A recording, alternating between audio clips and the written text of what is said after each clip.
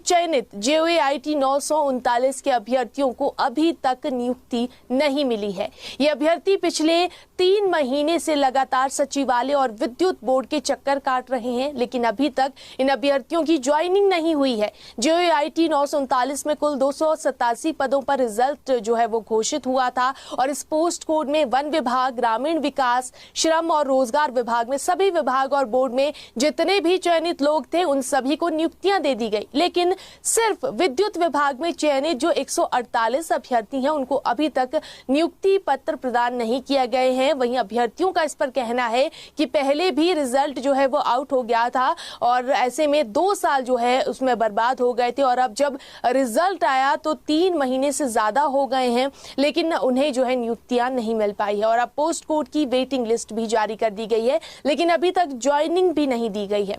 इन छात्रों का कहना ही है कि अगर इन्हें मार्च के बाद ज्वाइनिंग मिलती है तो उनके कॉन्ट्रैक्ट पीरियड में अंतर आ जाएगा और जबकि उनके साथियों का जो कॉन्ट्रैक्ट है वो 2 साल का है, उनका कॉन्ट्रैक्ट जो है वो 3 साल का हो जाएगा और उन्होंने कहा है कि ये सरासर गलत है। एक ही समय में घोषित रिजल्ट के कॉन्ट्रैक्ट में 1 साल का अंतर आ जाएगा। वहीं अभ्यर्थियों ने CM सुखविंदर सिंह सुक्खू से आग्रह किया है कि जितने भी विद्युत बोर्ड चयनित लोग हैं उन सभी को जल्द से जल्द नियुक्तियां प्रदान की जाए।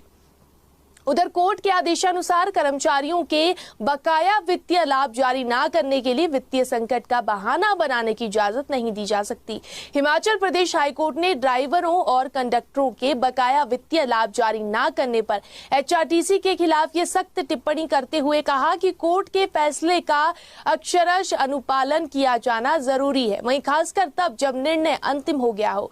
न्यायाधीश तरलोक सिंह चौहान व न्यायाधीश राकेश कैंथला की खंडपीठ ने सैकड़ों कंडक्टर्स द्वारा दायर अनुपालना याचिकाओं का निपटारा करते हुए स्टेटस रिपोर्ट सुनवाई जो है वो 27 मार्च को निर्धारित करने के आदेश जारी किए। वहीं HRTC द्वारा कोर्ट को बताया गया था कि राज्य सरकार समय समय पर वेतन, सब्सिडी और पूंजी निवेश के लिए अनुदान सहायता प्रदान करके परिवहन निगम को बचाने की कोशिश कर रही है, लेकिन वित्तीय संकट के कारण कोर्ट के आदेशानुसार ड्राइवर्स और जो कंडक्टर्स हैं उनके बकाया वित्तीय लाभ चुकाने में मुश्किल हो रही है। वहीं कोर्ट ने अदालती आदेशों की अनुपालना सुनिश्चित करने के लिए वित्तीय संकट का बहाना बनाने की इजाजत देने से इनकार कर दिया। उल्लेखनीय है कि 9 नवंबर 2023 को प्रदेश हाईकोर्ट ने HRTC के उन ड्राइवर्स और कंडक्टर्स को 1 साल के बाद नियमित करने के आदेश जारी किए थे जो साल 2003 से 2006 तक अनुबंध के आधार पर हिमाचल प्रदेश पथ परिवहन निगम द्वारा नियुक्त जो है वो किए गए थे।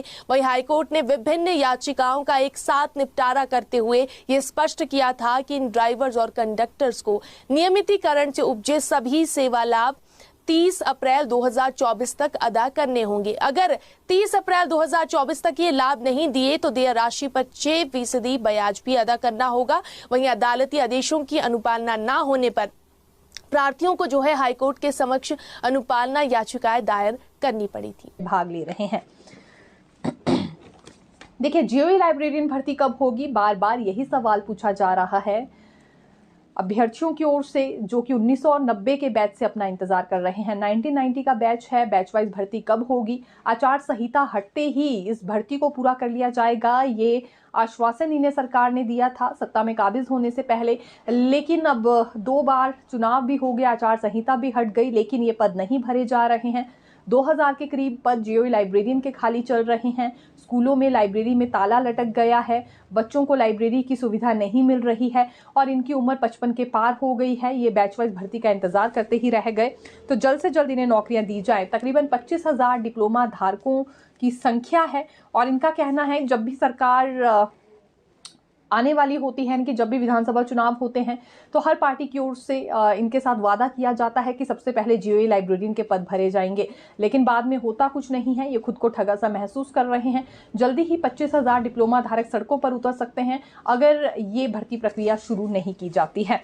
2009 से लेकर JOA लाइब्रेरियन के पद भरे ही नहीं गए हैं, ये भी इनकी ओर से दावा हुआ है।